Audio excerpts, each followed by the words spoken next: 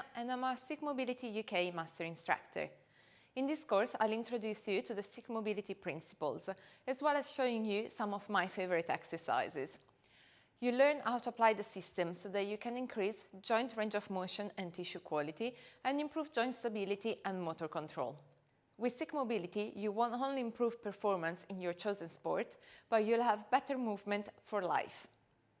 Before we get started, we need to learn about stick safety and care.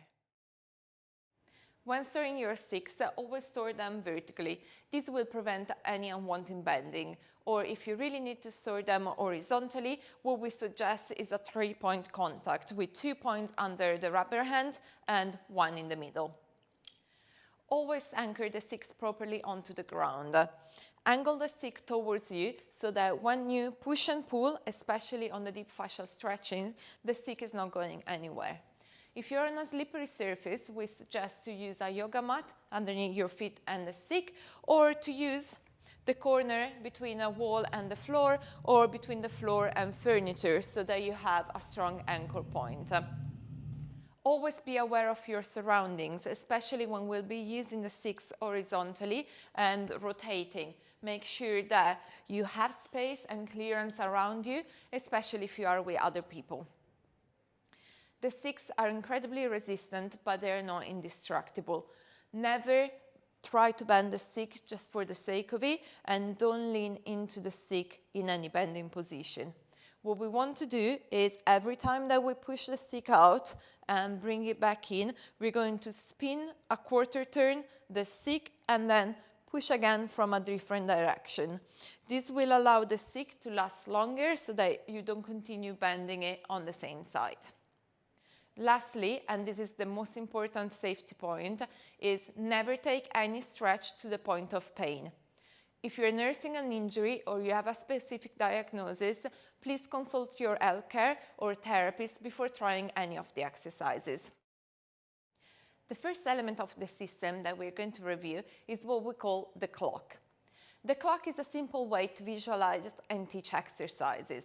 Grab your sticks and try with me. We're going to imagine that we have a clock around us on the floor. So if during an exercise I'll say to place your stick at 12 o'clock, the stick will be in front of you. And then if we're moving that, we're moving to 1 o'clock, 2 o'clock, 3 o'clock, and so forth. Also, the clock is not going to be only around us on the floor, but at 360 degrees. So I could say, place the stick at 12 o'clock above you, and you'll be pushing up into the ceiling. Or for example, at 9 o'clock onto your side. So that would be on my left side against a wall, for example. This is a really simple way to identify positions, but also monitor progress. The second fundamental element is our body positions. Through the course, we will explore different stances, grips, body and stick positions. Combining this with the clock will allow you to adapt any exercise to your needs. And this brings us to the first key lesson. StickMobility is not a set of exercises, but is a framework for movement exploration based on 5 principles, which I'll cover shortly, and I also explore more in depth in the one-day workshop. StickMobility is based on 3 phases: joint articulations, fascial strengthening, and deep fascial stretching. We will explore our movement, stretch restricted areas, and strengthen weak ones. Combining these 3 phases allows you to create your session focusing on your goals. StickMobility works joint range of movement, joint stability, and neuromuscular control to reach optimal movement efficiency. Let's review our principles. The first principle is leverage and stability. You can increase the range of motion by using the stick for leverage. That allows you to increase the stretch. For example, using the stick to further push a joint towards your hand range of motion. By modifying stability, we can regress and progress exercises. For example, creating a more stable base of support with the stick close to our body, maybe with 2 sticks, or less stable, so more advanced exercises, bringing the stick further away. The second principle is feedback, and we have both visual and kinesthetic feedback with StickMobility. It means that we have something to push and pull against that allows us to better monitor our movements, but also we have a bright orange stick that we can visualize. So for example, if we want to move side to side from the stick, we can clearly see what we are doing. If you use a mirror, you will also be able to see whether you're being stable, for example, when we are on one leg, so if the stick is nice and still, or if you're wobbling around a lot. The third principle is irradiation. What we say with StickMobility is the intention is tension.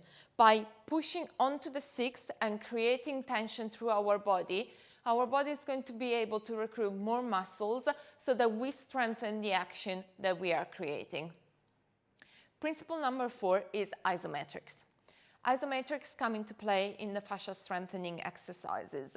An isometric exercise is a contraction of our muscles with no movement. For example, when we push into the stick, so pushing down into the ground, I'm activating my arm muscle, but I'm not creating any movement. Isometrics are great because they are a safe type of exercise and they're also really efficient and effective. The last principle is coordination. Coordination allows us to improve neuromuscular control, and we reach that not only by controlling our body movement, but also by controlling the stick movements and combining the two together. So are you ready to get started? In the next module, we're going to start with joint articulations. If you want to know more about StickMobility and the principles, don't forget to check the one-day workshop when we dig deeper into all details about how to properly use the system.